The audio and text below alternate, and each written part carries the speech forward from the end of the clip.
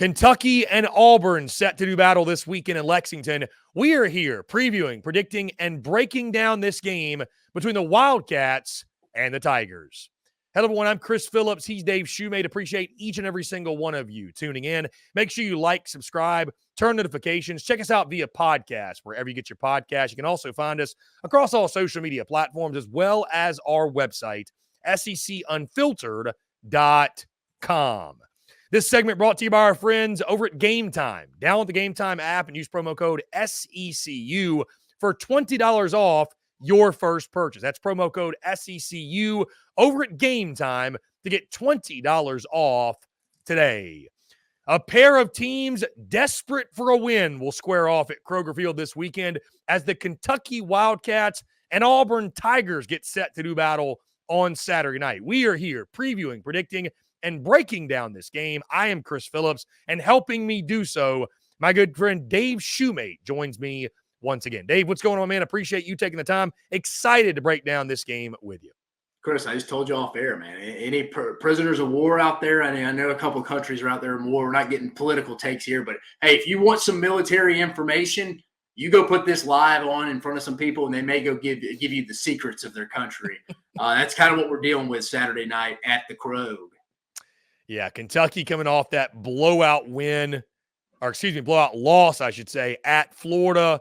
Auburn just coming off more and more disappointment as they lose to the Missouri Tigers in a game in which I believe, Dave, I think I saw a stat. They were up by double digits, and in 108 previous games, or that 107, they were 106-1, I believe, in 107 games, which they were up by double digits going in the fourth quarter. That was on their second loss ever. I could be wrong on that, but that seems insane. But here we are. Auburn finding a way to lose yet again. Like I mentioned, guys, this game a 7:45 p.m. Eastern Time kickoff on SEC Network there in Lexington, Kentucky at Kroger Field.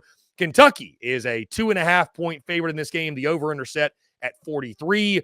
Dave, Auburn leads the all-time series 27-6-1. And the last meeting between these two schools was 2020. Auburn won that game by a final score of 29-13. Dave, this is a game, though, as we dive into it, like I told you, I think I'm going to nickname it the Somebody Has to Win Bowl. Mark Stoops, Hugh Freeze, Brock Vandegrift against Peyton Thorne. I mean, listen, I don't want to spend this entire preview just dogging out these two teams, but when you play the way that each of them have, you sort of deserve it, right? I mean, we know about Auburn at this point. They are mistake-riddled as anybody. All they do, Dave, is find ways to lose games. They did that in Como, had an opportunity. Brady Cook goes out. I mean, let's paint the picture here. Brady Cook misses 75% of that game. You let a guy come back from the hospital and lead his team to victory and beat you. Like, that is what took place in that game on Saturday. Then you're Kentucky. You go down to the swamp. They want to fire their head coach. They want any excuse and any reason you can give them to move on from Billy Napier. And instead, they have one of their best performances of the year, one of the best offensive outputs, obviously. They got no Graham Mertz. DJ Lagway goes out there, dices you up. The running game just terrorizes you, and you get blown out in that game. So, I mean, I don't know what to think here, Dave. I really don't. I don't know what to think.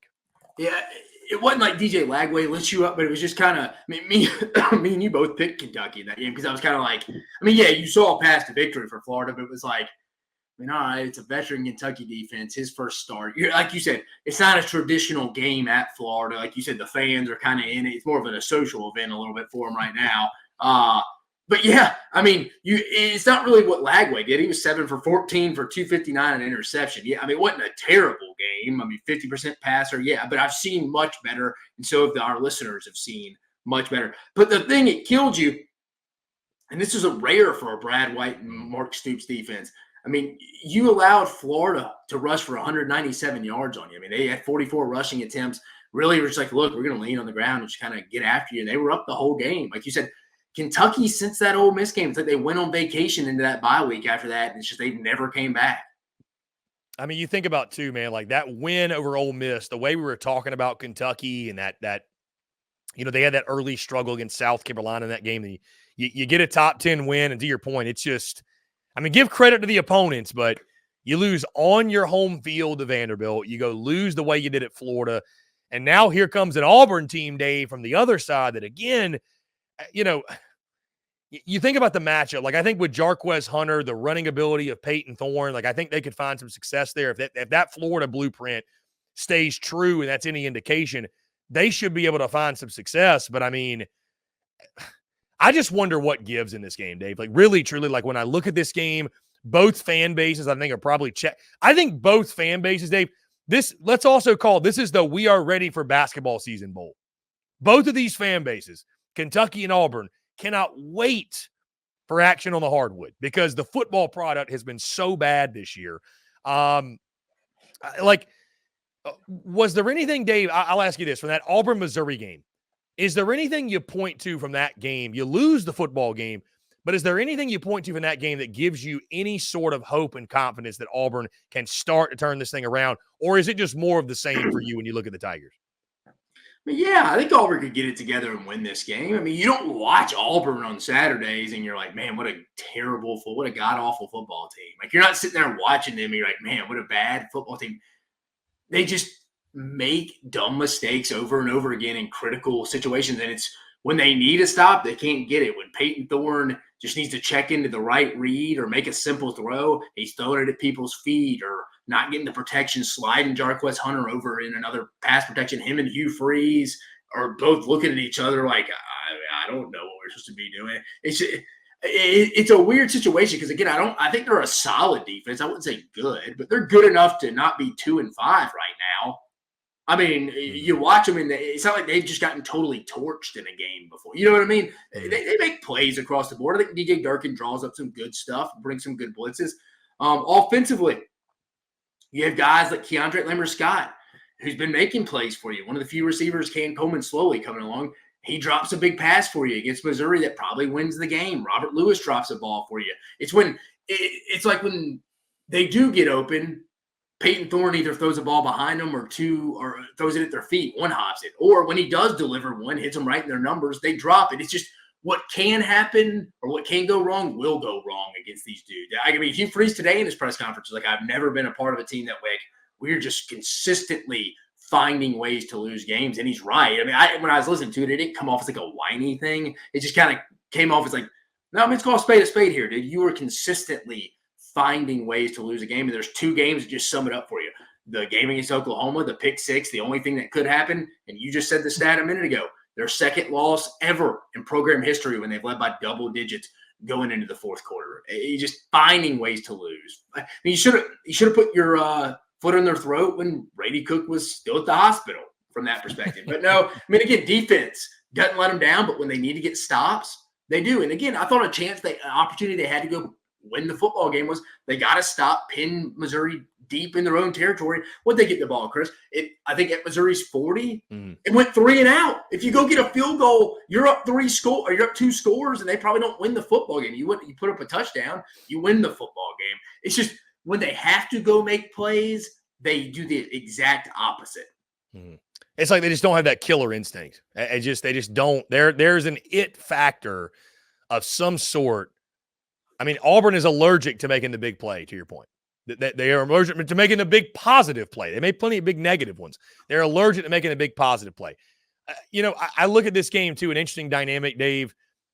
Hugh Freeze and Mark Stoops. I mean, these are both guys that are uncomfortable right now.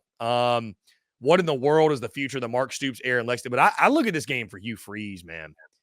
I mean, we're talking about a real path to winless in the SEC this year. I mean, this is you're running out of these opportunities, Dave. You are. You're running out of opportunities to secure SEC wins. And maybe before the season you'd have looked and said, well, Vandy comes to Jordan Hare.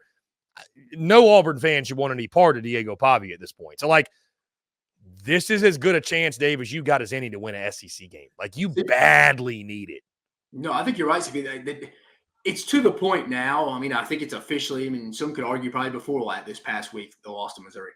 The silver linings is over. It's tough to come back. It's like, dude, it's like we're sitting here being like, man, Auburn just can't get to the 10-win mark. There's consistently 8-9. It's like, no, dude, 2-5, man. again, I know some people hate that you are what your record says you are. Yeah, some schedules aren't created equally. I understand that. But, dude, Auburn's a 2-5 team. It is what it is. They're not a good football team, but when you're watching them in between the 20s, you don't really feel like it's a bad football team. They just make critical mistakes.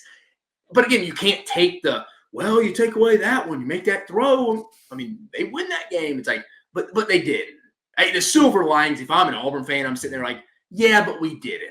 And they played with their backup quarterback for 85% of the game. Like, come on, guys, let's stop making excuses. Like, we're not getting it done. That's on everyone from top to bottom within that program.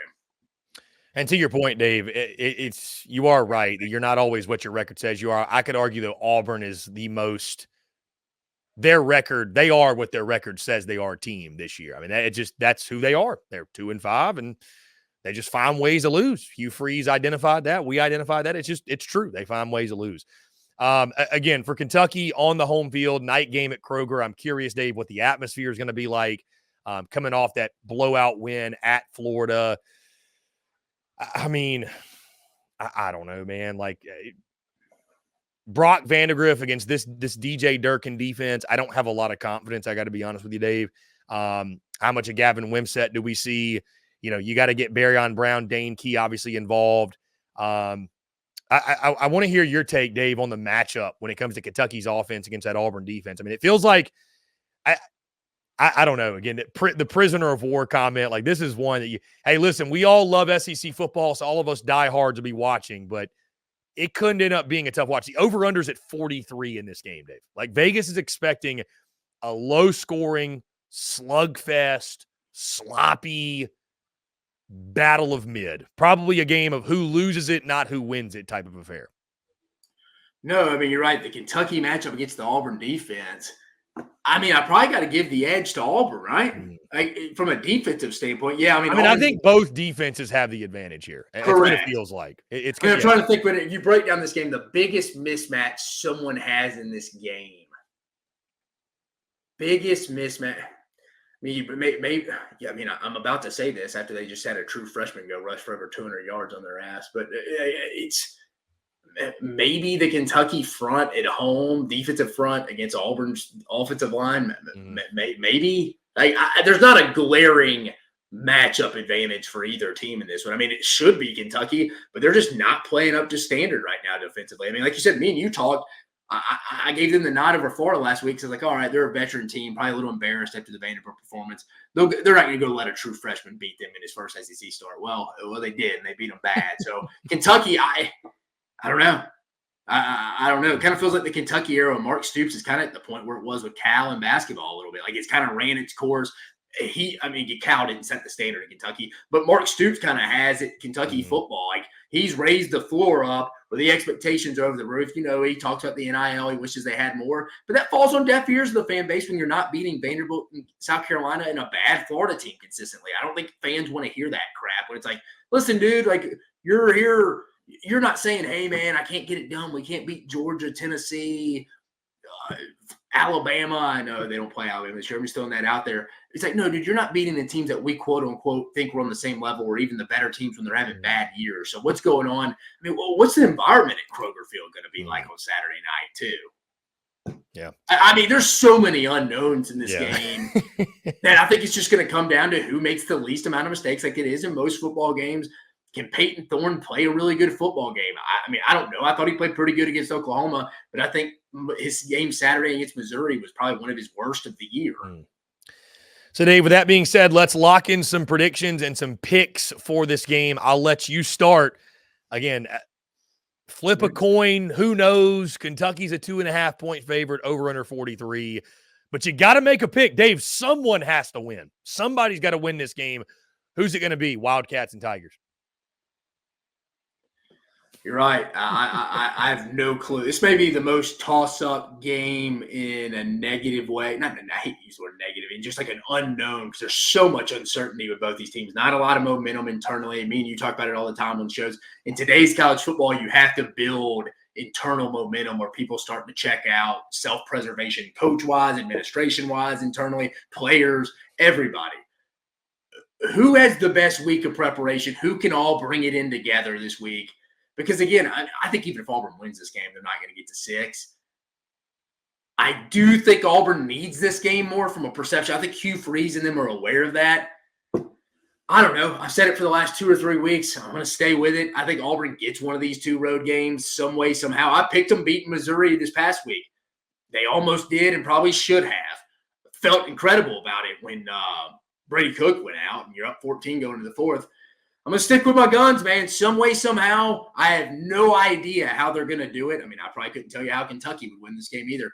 I just think Auburn makes the least amount of mistakes. I think a big day for Jarquez Hunter.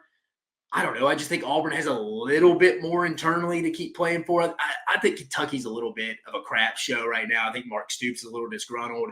I think their fans are a little disgruntled. I don't think it – I mean, Chris, you told me wrong. I don't think it's going to be some hostile environment Auburn walking into. It's probably going to be a little sleepy.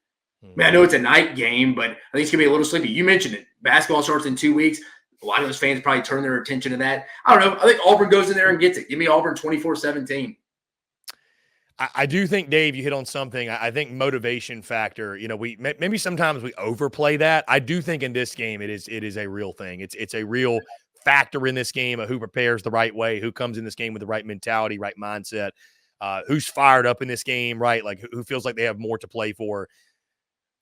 Dave, again, Kentucky I don't think – just seems off to me. I mean, Auburn's definitely off, but Kentucky just – again, if both these teams were playing first game of the regular season, I'd probably take Kentucky. But right now, they just seem off. It is shocking how off Kentucky seems because I think we came into the season feeling like, hey, it's a pretty good roster. Like, not a bad roster. Like, I mean, if they can get some things to click at the quarterback position, like that defense is loaded. They've got weapons on it. And it's just like, where is it all? It's just not it's just not coming together.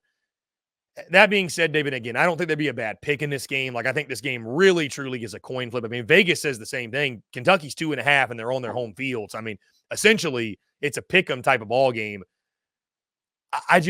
Dave, teams find ways to win games, and they find ways to lose games. And teams that find ways to lose them, and they find ways to lose them, and they find ways to lose them, they just keep finding ways to lose them. Until I see Auburn find a way to win a game, I can't pick them to win a game. I can't do it. Dave, I'd imagine this game be close going to the 4th quarter. Neither of these teams is great. It's going to be competitive, and Auburn's going to make the critical mistake that allows Kentucky to win the football game. I just until I see differently, and because I don't doubt you either, Dave, that like they're going to get a game at some point. It wouldn't shock me. Like, do I think realistically they're going to go winless in SEC play? I don't know, but it's just hard for me to go against what we've seen in every single football game this season. I think, again, Kentucky being the home team at night, they as desperately as Auburn need a win too. I think that can push the Cats over the edge. I think it's going to be a sloppy, ugly game. I think defenses dominate the day. Dave, I'm going to go with Kentucky to win a close one. I think they just barely cover that 2.5. And I think this game is more so about Auburn finding a way to lose yet again another football game, another close football game. Give me Kentucky 20, Auburn 17. I don't feel great about the pick, Dave. I'm not saying this is my lock of the week. Guarantee. But if again, I just wonder right now, Auburn, like there's something in that locker room and the culture of that football team and the culture of that program right now, like it is ingrained in them. Like if it's a close ball game, Dave, I got to think Auburn's sitting there saying, yeah, we're expecting something bad to happen. Yeah, Hugh Freeze mentioned today's press conference. He said we're fine. Like, we play not to lose when we get up these leads and play. Like you said, that trickles down, I think, from the coaches to the players, everybody within the organization. So you're right. At some point, you got to get over that. Is this the week maybe Kentucky goes in with a 4th quarter lead and you're like, Auburn came back and won the game. I mean, how did they do this? I think you could make a pick in it, any pick in this game, and you have a fair case to say, hey, that could potentially happen. So, again, nothing would surprise me here. And again, Dave, somebody has to win. That's the crazy part. Guys, what do you think? Do you agree with us? Do you disagree? How do you see this one playing out when Kentucky and Auburn do battle in Lexington? Guys, that's going to do all for us. Appreciate each and every single one of you tuning in. Again, make sure you like, subscribe, turn on notifications. Check us out via podcast, wherever you get your podcasts. You can also find us across all social media platforms as well as our website, secunfiltered.com. For Dave Shumate, I'm Chris Phillips. Appreciate each and every single one of you tuning in, and we will catch you on the other side.